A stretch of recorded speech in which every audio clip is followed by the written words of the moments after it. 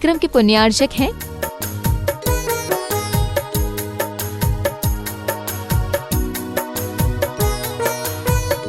धर्मपत्नी स्वर्गीय श्रीमती अलका जैन की स्मृति में Shri Naveen Kumar Jain, firm Bhogendra supplies company, Ambala road, Saharanpur. श्रीमान मोहन लाल जी गदिया, श्रीमती भंवरबाई पुत्रवधू, श्री पदमचंद गदिया, श्रीमती विमला पुत्र पुत्रवधू, श्री नरेश कुमार, श्रीमती राजुल पुत्र पुत्रवधू एवं समस्त गदिया परिवार भीलवाड़ा राजस्थान। श्रीमान त्रिलोक चंद जी गंगवाल, श्रीमती कांता, श्रीमान अशोक, श्रीमती शकुंतला पुत्र पुत्रवधू एवं समस्त गंगवाल परिवार भीलवाड़ा राजस्थान।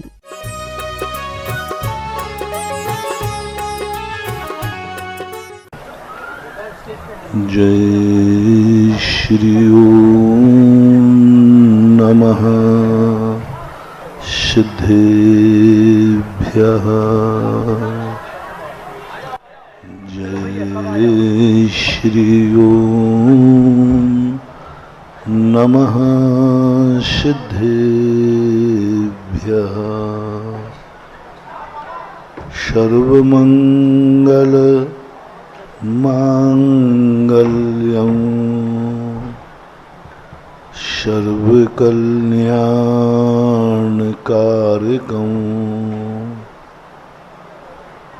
प्रधानं सर्वधर्माणां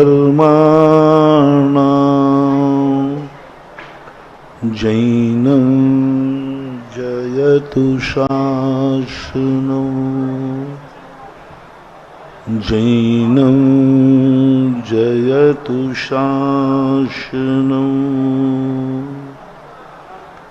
पंच परमेष्टि भगवान के आचार्य श्री गुरुवर कुंद महाराज की, आचार्य श्री गुरुवर विद्यासागर महाराज की। हम सभी के आराध्य जगत पूज निर्यापक श्रीमन परम पूज मुनि श्री सुधा सागर जी महाराज की जय हो। मुनि संघ की जय हो।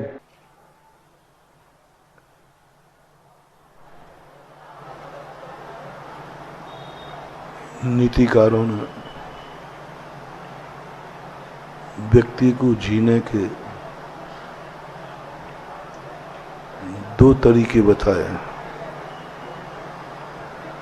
अच्छी जिंदगी जीने के, अच्छी तरह जो जीना चाहते हैं और जिनका भविष्य भी अच्छा हो,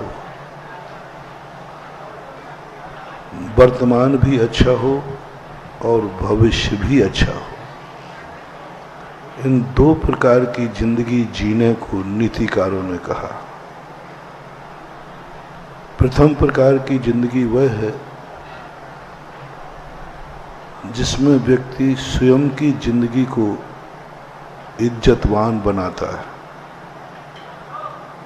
स्वयं की जिंदगी को बहुत ऊंचाइयों तक ले जाता है, स्वयं को पवित्र करता है, अपना ज्ञान, मन, इंद्रियां सब कुछ पवित्र कर लेता है। इतना पवित्र कर लेता है कि कोई वस्तु उसकी जिंदगी में आ जाए तो वो अपवित्र भी पवित्र हो जाते हैं।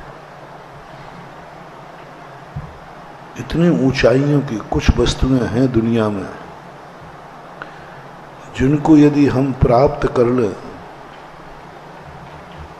तो हम इतने इज्जतवान हो जाएंगे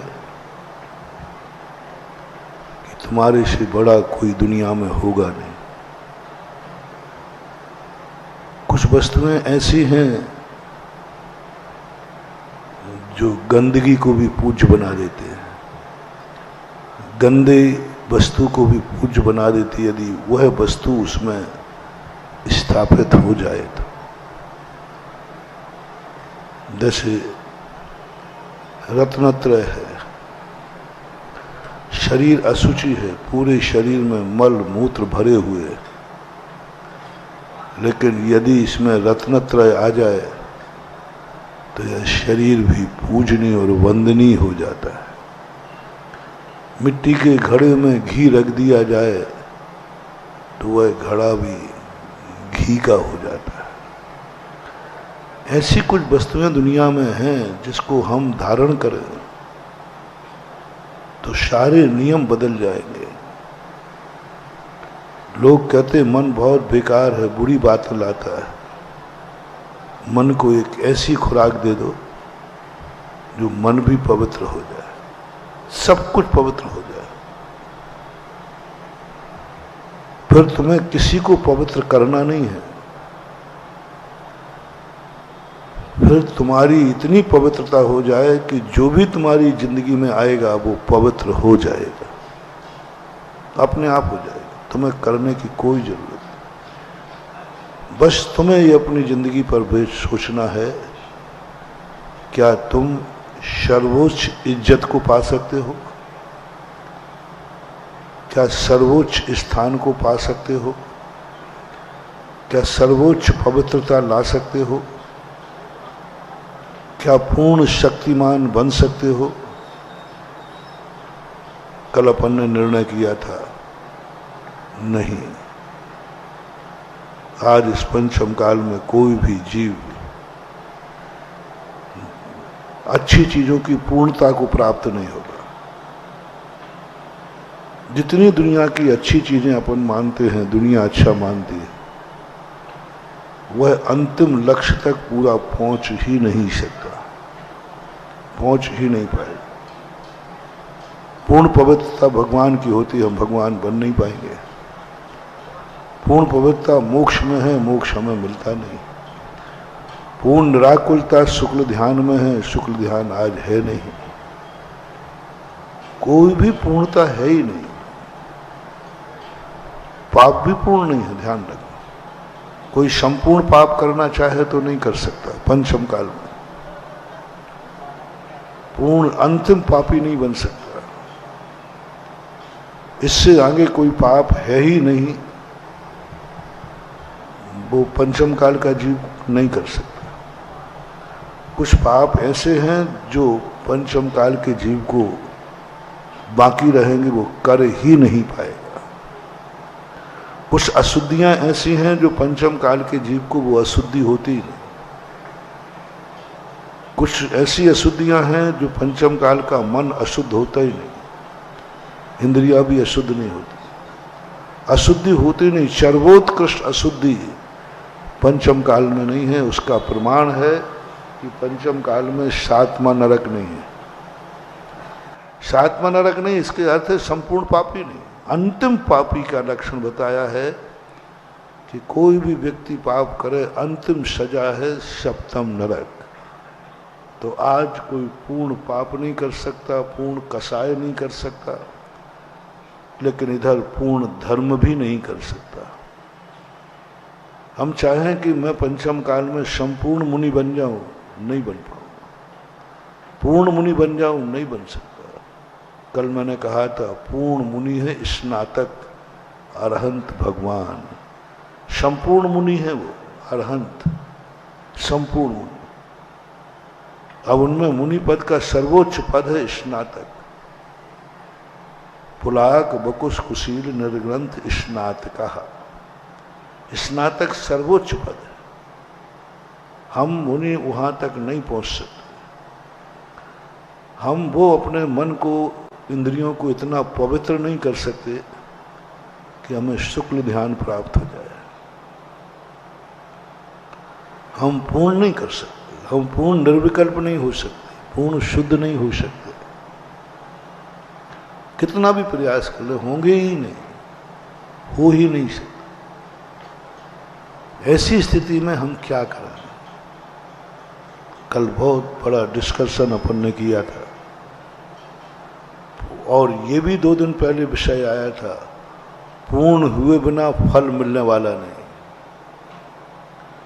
पूर्ण रास्ता तय किए बिना मंजिल, रास्ता बाकी है यानी मंजिल अभी दूर। रास्ता जब तक खत्म नहीं होगा तब तक मंजिल नहीं।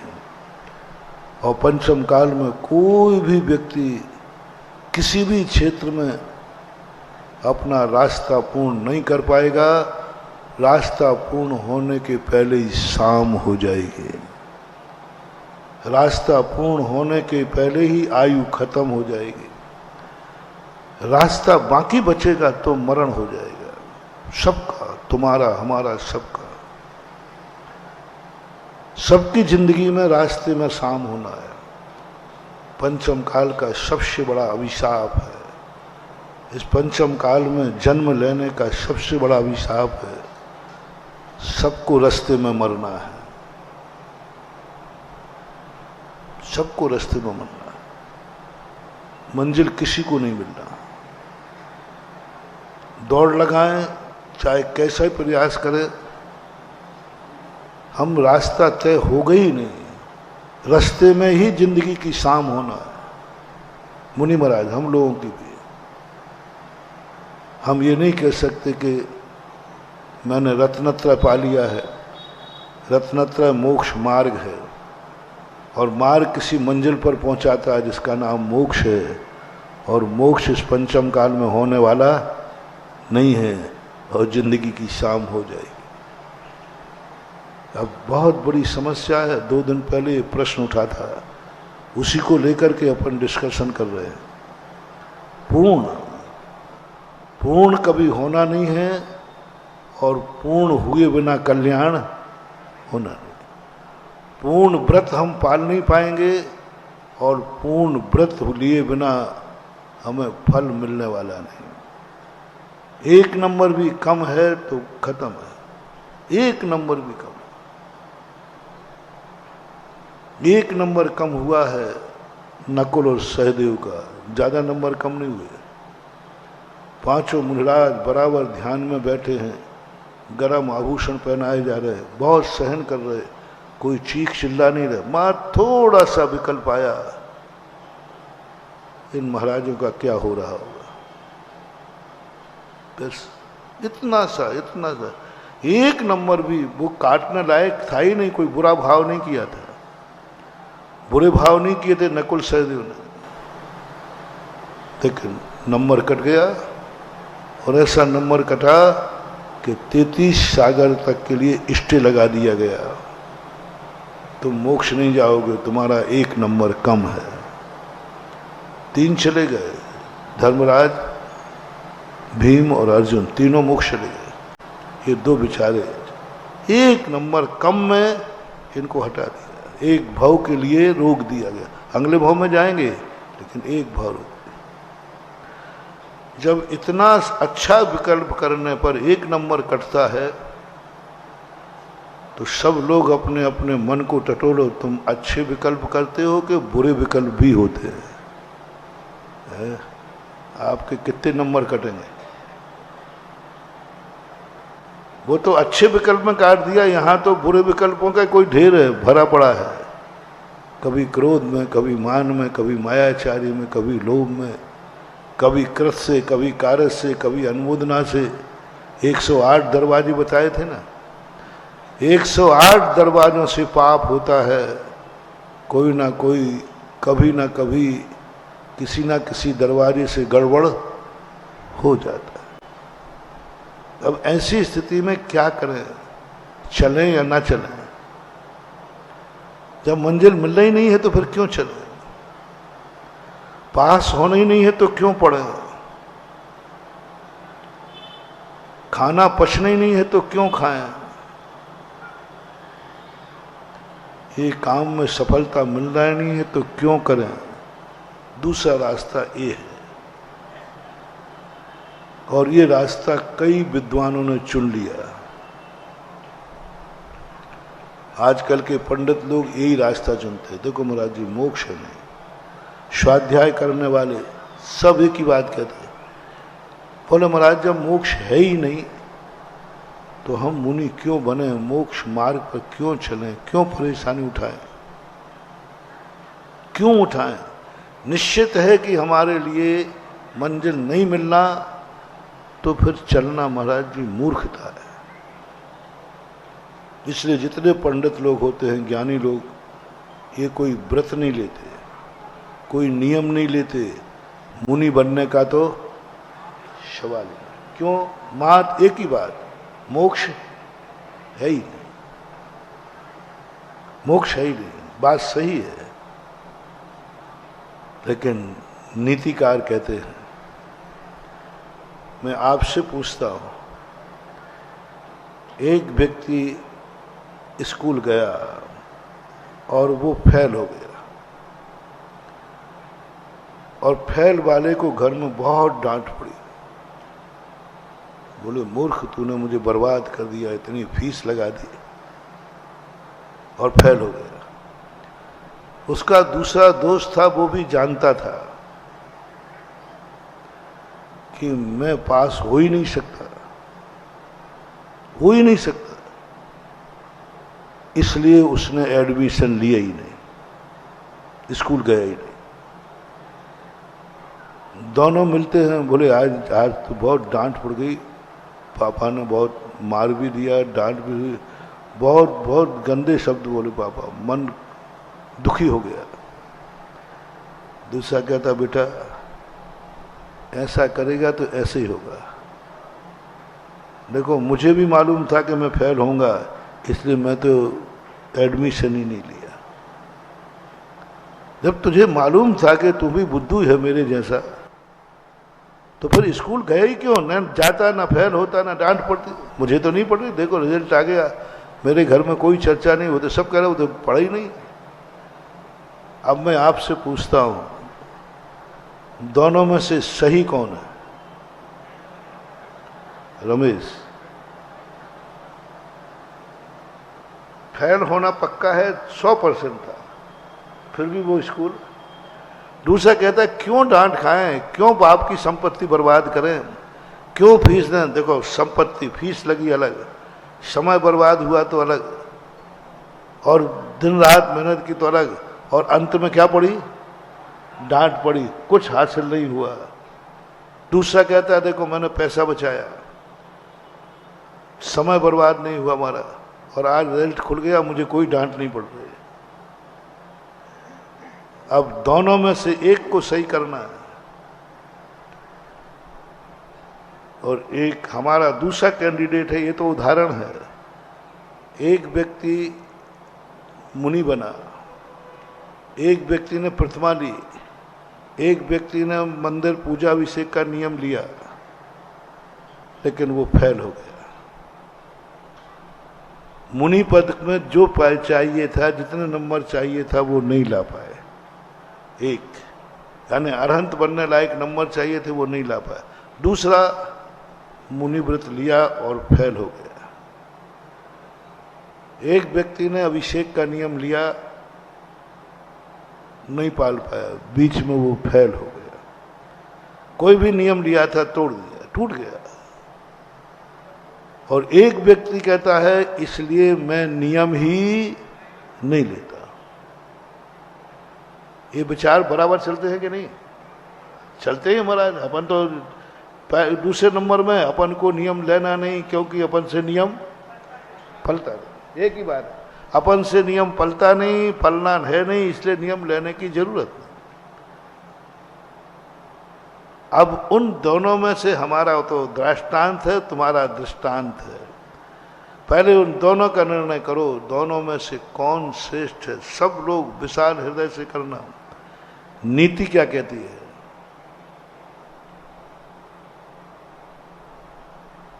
एक स्कूल गया नहीं, और एक स्कूल गया तो फेल हुआ, उसको डांट भी पड़ी, पैसा भी लगा। अब नीति क्या कहती है? दोनों में से श्रेष्ठ कौन है? दोनों में से फेल होने वाला प्रशंसनीय, नीति के अनुसार। नीति कहती है उसने कम से कम पुरुषार्थ किया था, हिम्मत तो की। अरे कुछ नहीं की अपेक्षा 10 नंबर तो मिले, कम से कम उसको 10 नंबर का ज्ञान तो हुआ। उस मूर्ख को तो वो भी नहीं है। किताब का ज्ञान हुआ, कॉलेज का ज्ञान हुआ, मास्टर का ज्ञान हुआ, कुछ तो भेजे में पड़ा। 10 नंबर सही, लेकिन 10 नंबर लिए तो सही। अब ये स्थिति का, अब ये सोच जिसके दिमाग में आ जाएगा, वो कहेगा जो होगा सो होगा, अभी तो हम पढ़ने जाएंगे, हम पढ़ेंगे। फेल होंगे तो फेल ही तो होंगे, और क्या होगा? डांटी तो पड़ेगी, और क्या होगा? फीस लगेगी तो क्या होगा, समय लगेगा तो क्या होगा, लेकिन कम से कम हम अपने आत्मा को कह सकेंगे कि हमने पुरुषार्थ तो पूरा किया। आप लोगों की जिंदगी में यदि ये ना हो तो आप जिंदगी जी नहीं पाओगे। देखो भाई, गाड़ी से एक्सीडेंट हो सकता है कि नहीं हो सकता, इसलिए अपन गाड़ी में बैठते ही नहीं, क्योंकि एक्सीडेंट हो सकता है, संभावना है। दूसरा कहता है हो तो सकता है, लेकिन अब होगा, जो होगा सो देखा जाएगा।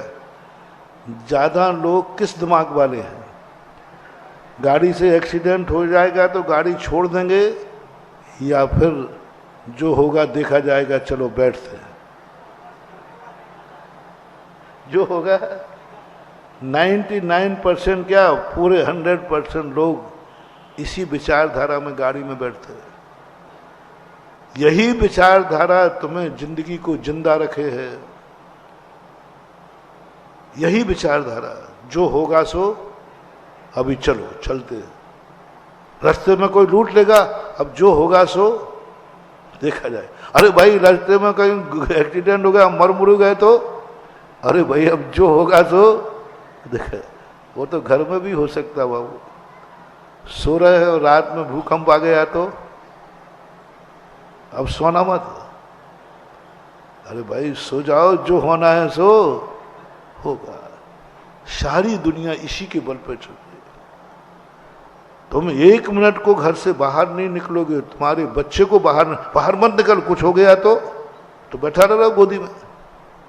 अरे हमारा लाडला अकेला बेटा है, बाहर गया तो कुछ हो गया तो अब क्या करना है? हो सकता है ताला लगा के बंद कर दो। हाँ, ऐसा हमारे शास्त्रों में एक कहानी आती है वसुदेव की। उसको बंद कर दिया गया क्योंकि बाहर कोई दुर्घटना थी। लोगों ने कहा कि साहब ये बाजार में निकलते हैं, सबके परिणाम अच्छे नहीं होते, तो राजा ने बंद कर दिया। जब उसे पता चला कि मुझे बंदी बनाया गया, आगे पीछे की कहानी नहीं सुना रहा, वो रात में चोरी से उठकर भाग गया। बोले ऐसे जेल में रहने की अपेक्षा तो जंगल में रहना ठीक है।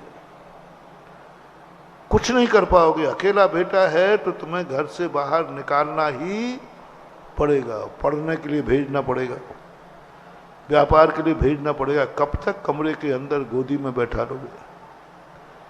इसलिए महानुभाव, तुम्हारी दुनिया इस बल पर चलती है, पुरुषार्थ करो, जो होगा देखा जाएगा। और दूसरा व्यक्ति वो है कि देखा क्या जाएगा, होना ही नहीं है, होना नहीं।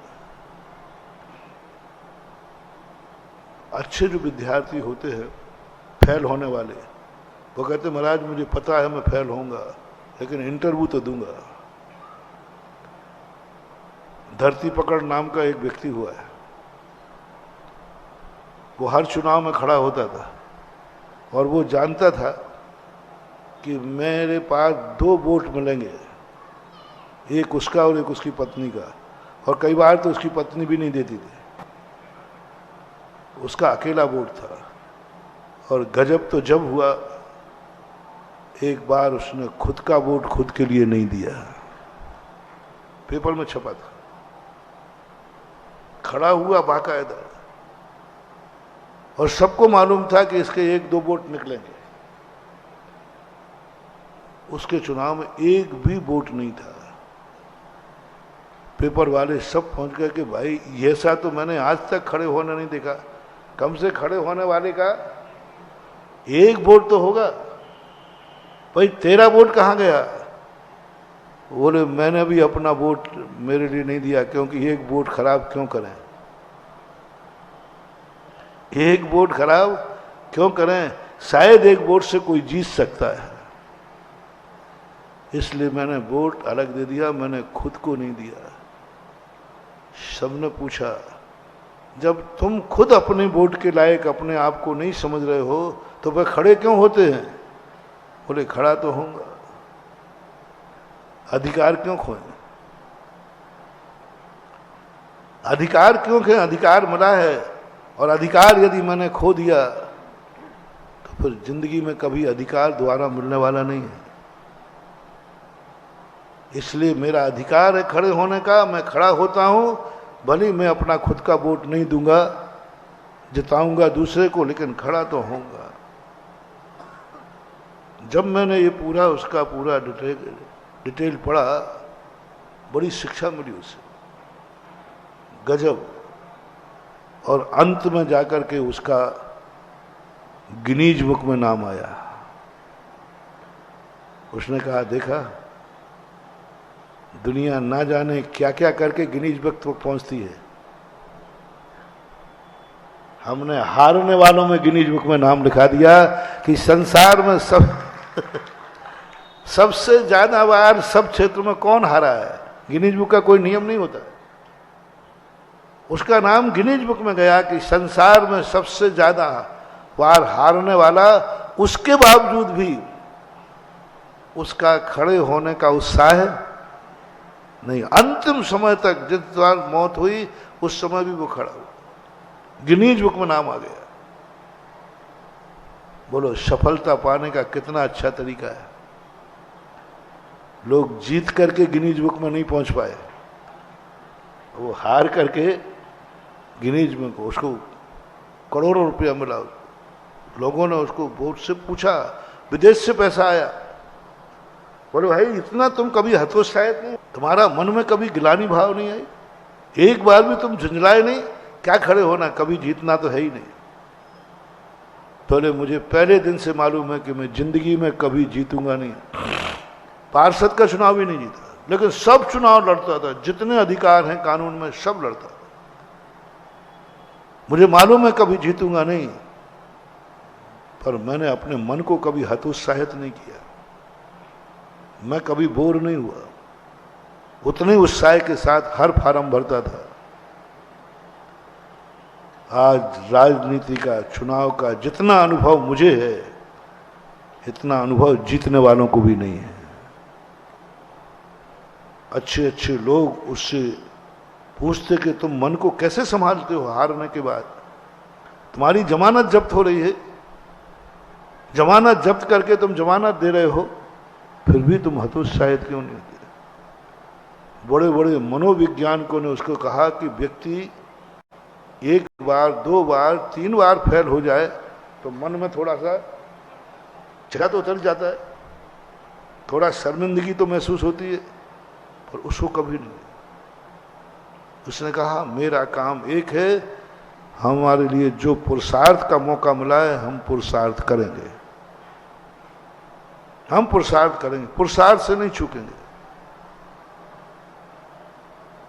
मैंने इसे धर्म शास्त्रों से पूछा, क्या ये उचित है? बोले देखो, उसकी भावना के बाद भी वो हतोत्साहित नहीं हो रहा है, इसका अर्थ है कि एक दिन उसकी ऐसा पुण्य का बंद होगा, जाकी रही भावना जैसी सो देखी मूरत तन तैसी। इतना पुरुषार्थ किया, जिंदगी में सफल नहीं हुआ, अब अगली बार जहां जन्म लेगा जाते ही उसे राज तिलक होगा,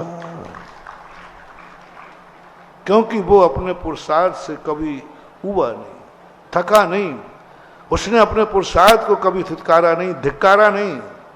कैसी मेरी किस्मत है, क्या करें, तब तो खड़ा ही होना बंद करता हूं। अंत में वो अस्पताल में था, वहां से फार्म भरा उसने मरने के पहले।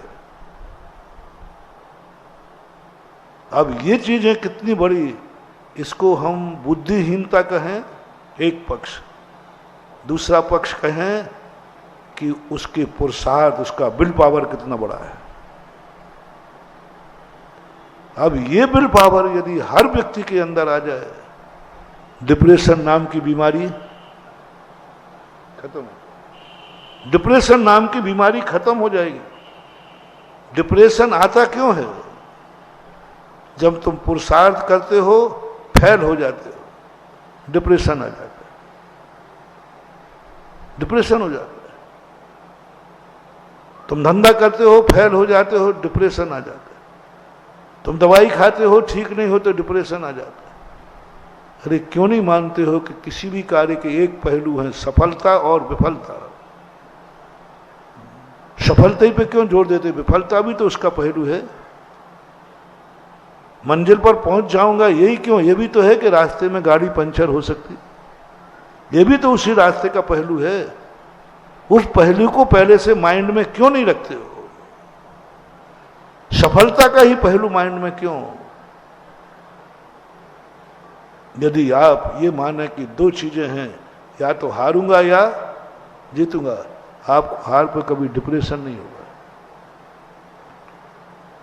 मनोविज्ञान वाले ने उसके ऊपर एक लेख लिखा कि सारा जगत यदि ऐसा हो जाए तो टेंशन नाम की चीज खत्म, ब्रेन हेमरेज खत्म, टेंशन से हार्ट अटैक खत्म, और 50% शुगर जो होती है, कैसे होती है शुगर खत्म, लड़ाई झगड़े का कुछ नहीं। उसी समय जब उनका वो निकला था, फिर मैंने एक बात कुछ दिन प्रवचन में दिया था कि जो व्यक्ति चाहते कि हमें टेंशन मुक्त होना है, महाराज हमें कोई टेंशन नहीं हो, हम शांत, बहुत अच्छे। बस एक मंत्र दिया था, मुझे अभी भी याद आ गया, पुरुषार्थ करने से चूकना नहीं और पुरुषार्थ करने के बाद पछताना नहीं। रिपीट करता हूं, पुरुषार्थ करने से चूकना नहीं, निकम्मे मत बनना, निठल्ले मत बनना, स्कूल नहीं जाना ये मत सोचना, ये कार्य हमें नहीं करना ये मत सोचना, करना है।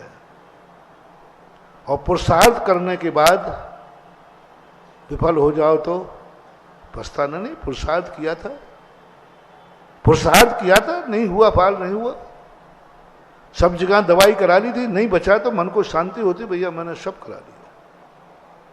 और कभी कोई मर जाए और कोई एकाध बार तुमने कहा अरे मैं उसको बंबई नहीं ले जा पाया, नहीं तो वो ये जिंदगी भर खलती है, अरे वहां नहीं ले जा पाया, नहीं तो बच जाता।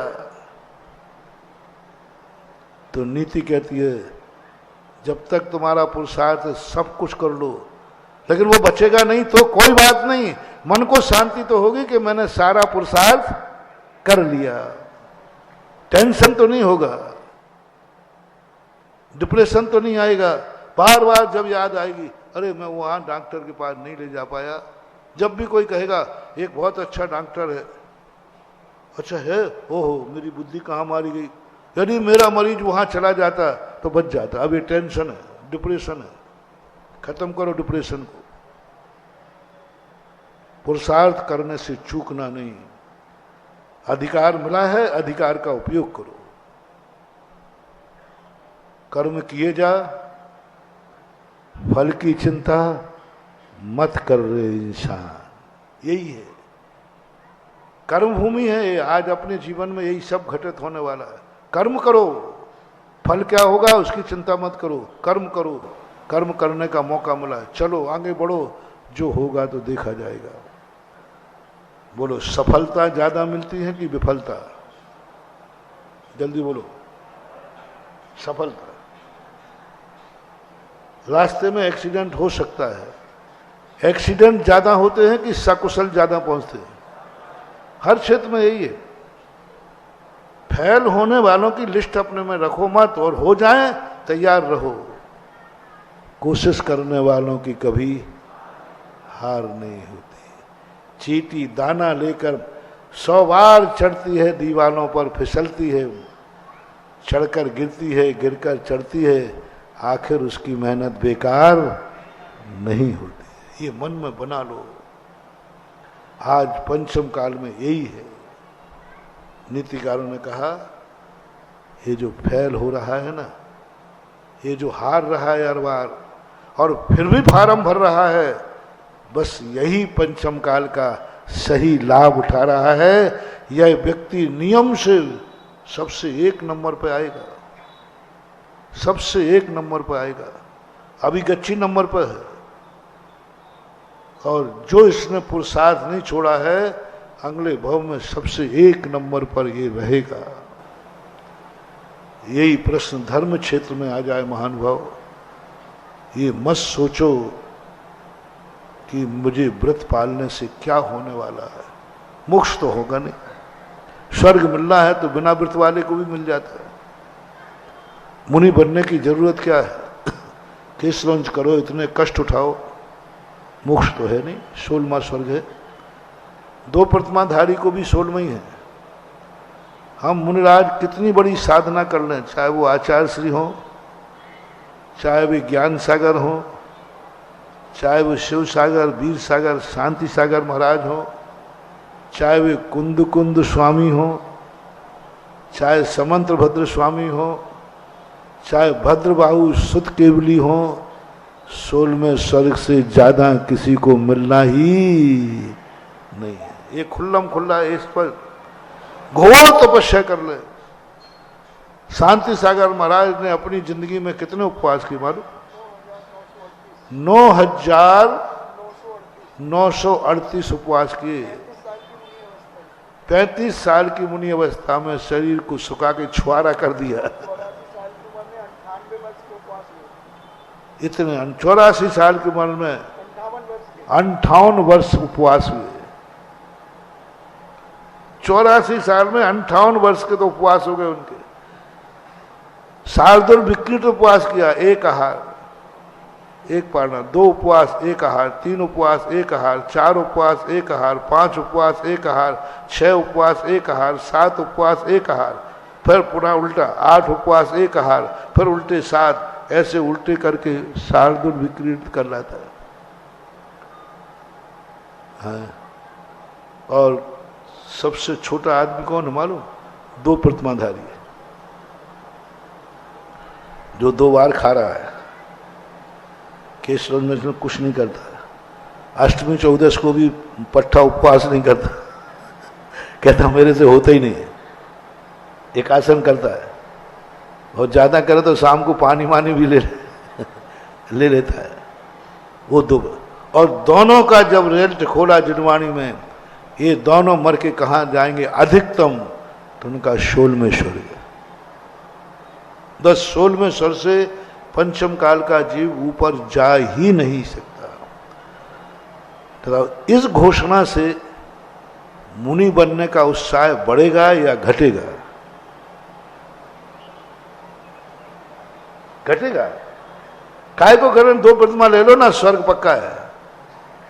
और 2 प्रतिमा वाले को स्वर्ग मिलता ही है, और मुनिराज को तो मिलता ही है। अब काय के लिए इतने कष्ट उठाओ? सीधा बनिया वृत्ति। बनिया तुरंत कहेगा बिल्कुल ठीक।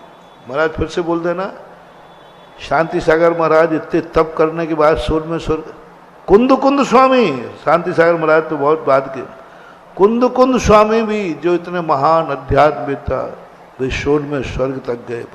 भद्रबाहु स्वामी द्वादशांग के गाता, 24,000 शिष्यों के गुरु 16वें स्वर्ग गए।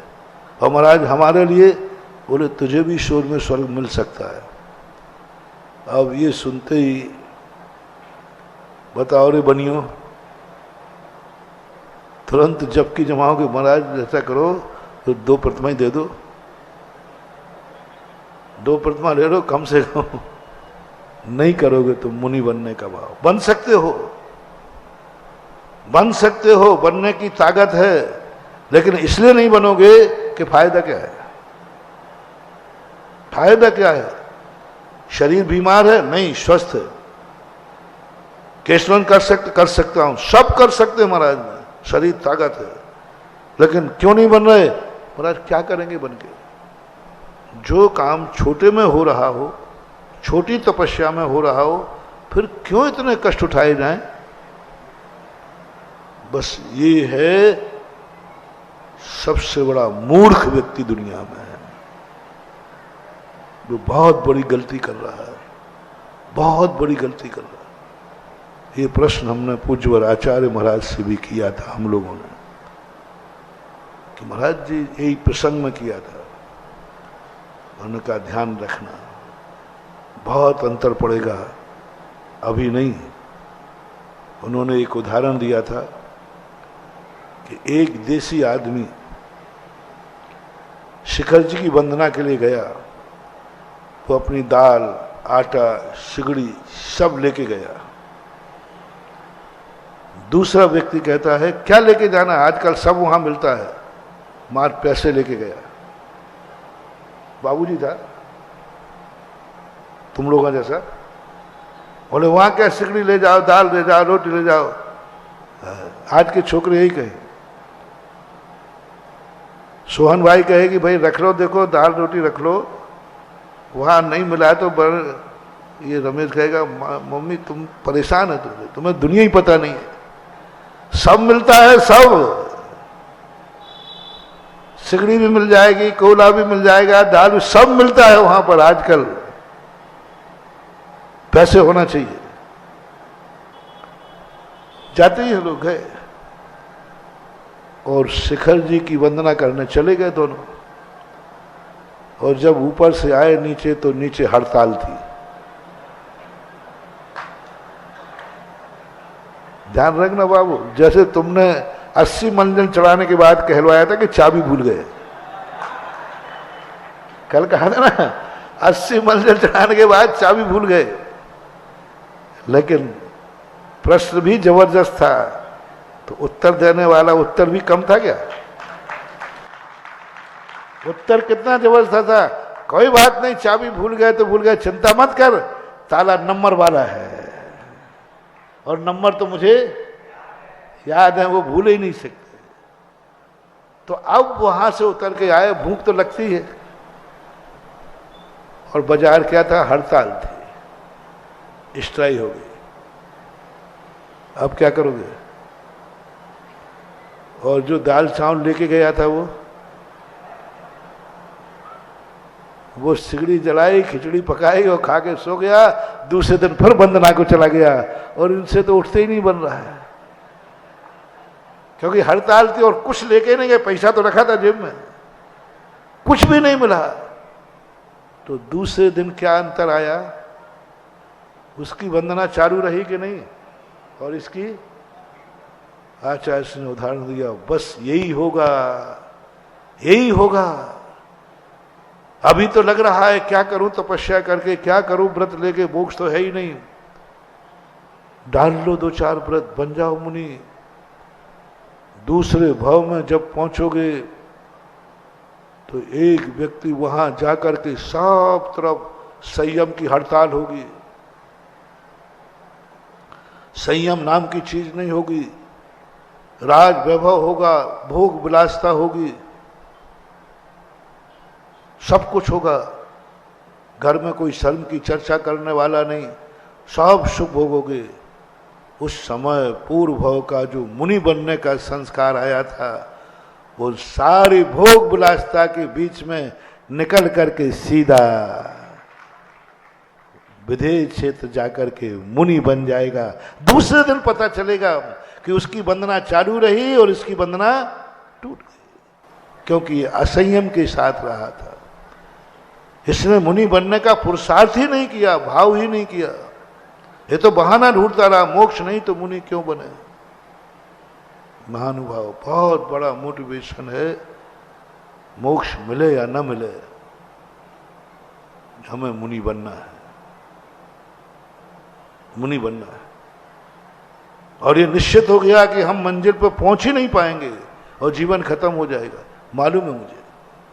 फिर भी मैं दौड़ लगाऊंगा, फिर भी मैं चलूंगा, फिर भी मैं कष्ट उठाऊंगा, फिर भी उस विद्यार्थी जैसे फीस बर्बाद होगी,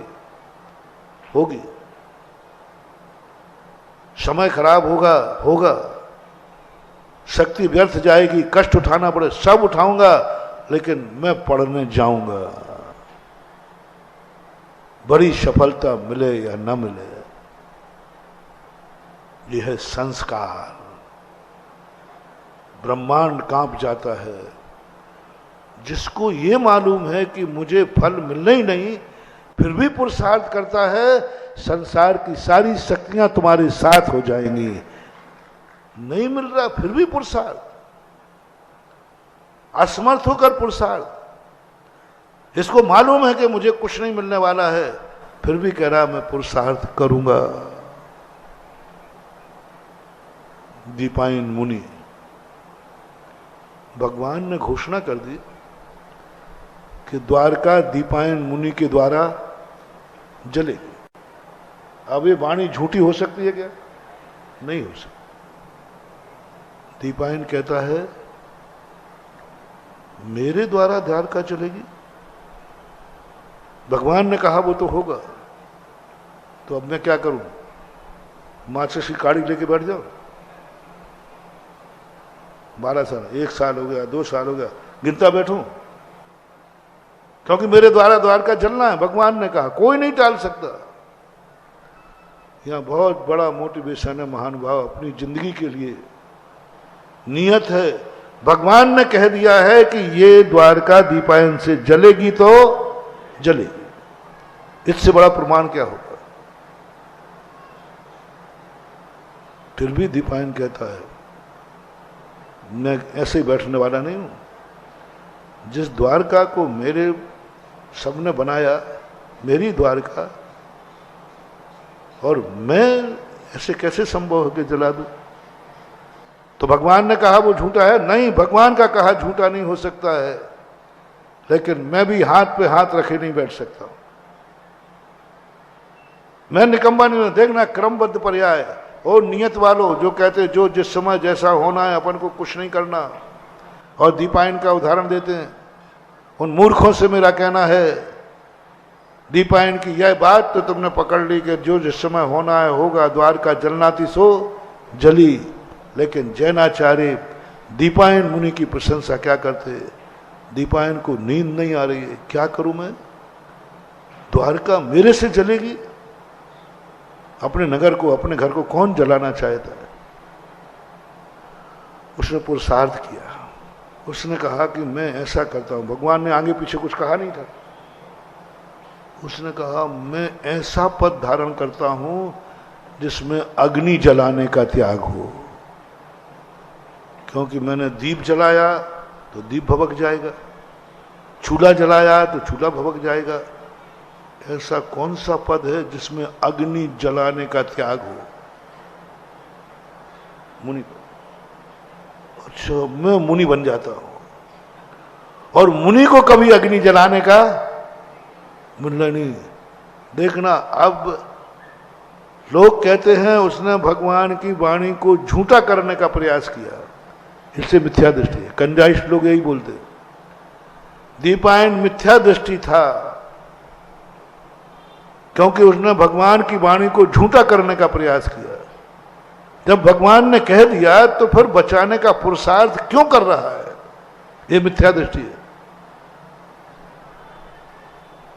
लेकिन पूज्यवर वीरसेन स्वामी महाराज धवला जी में कहते हैं, यदि वो मिथ्या दृष्टि होता तो रिद्धि प्राप्त नहीं होती। रिद्धि किसको प्राप्त होती है? भावलिंगी को। रिद्धि किसको प्राप्त होती है? महामुनिराज को।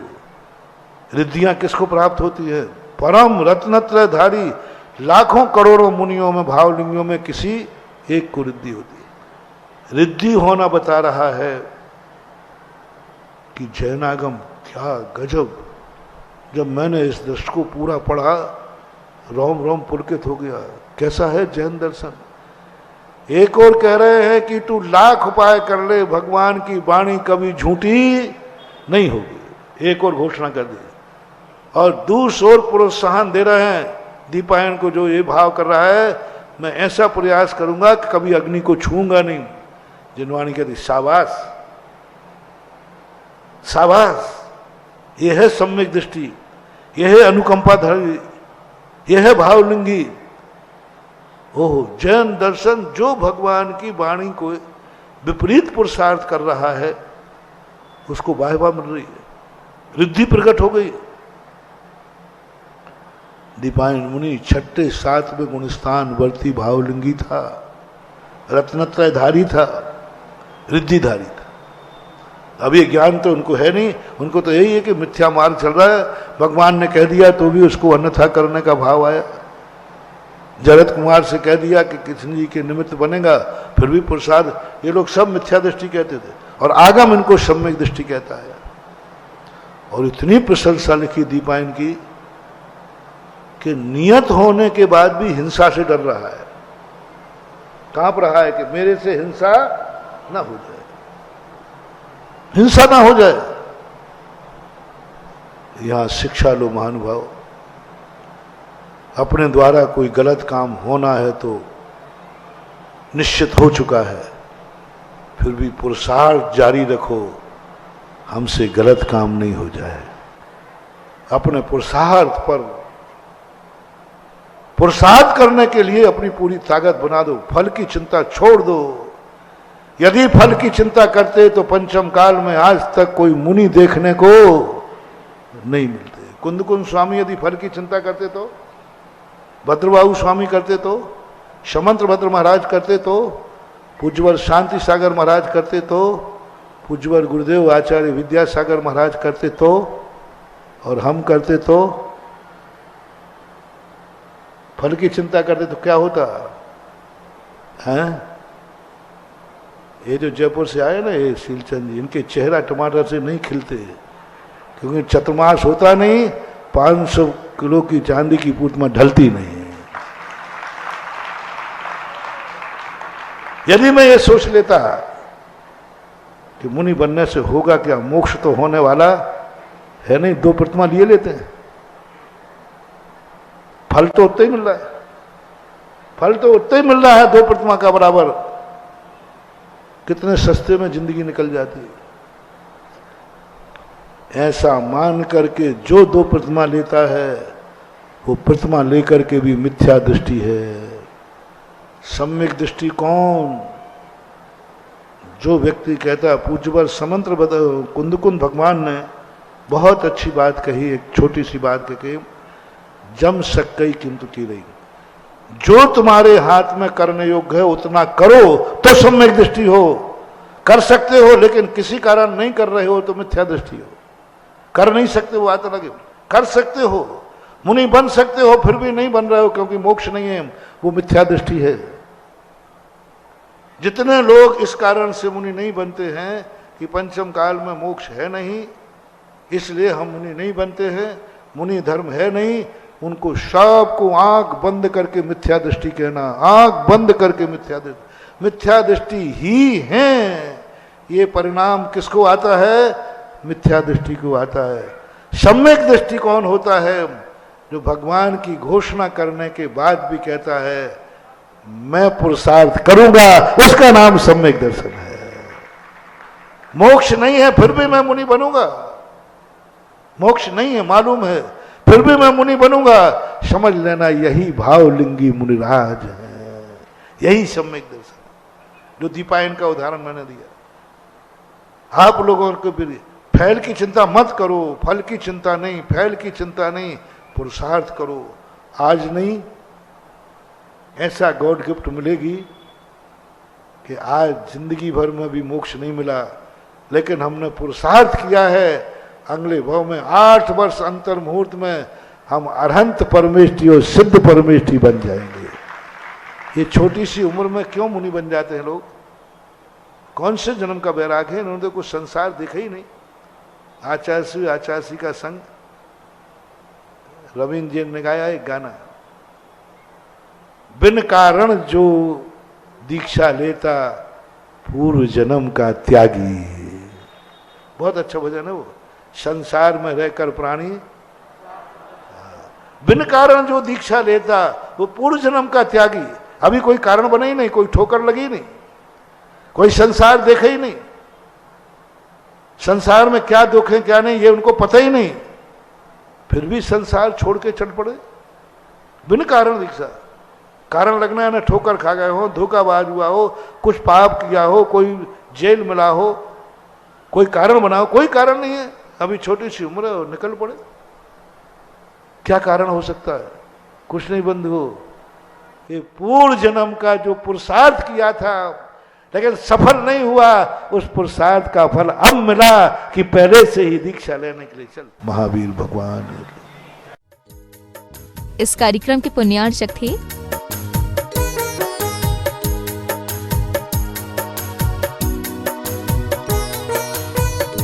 धर्मपत्नी स्वर्गीय श्रीमती अलका जैन की स्मृति में Shri Naveen Kumar Jain, firm Bhogendra supplies company, Ambala road, Saharanpur.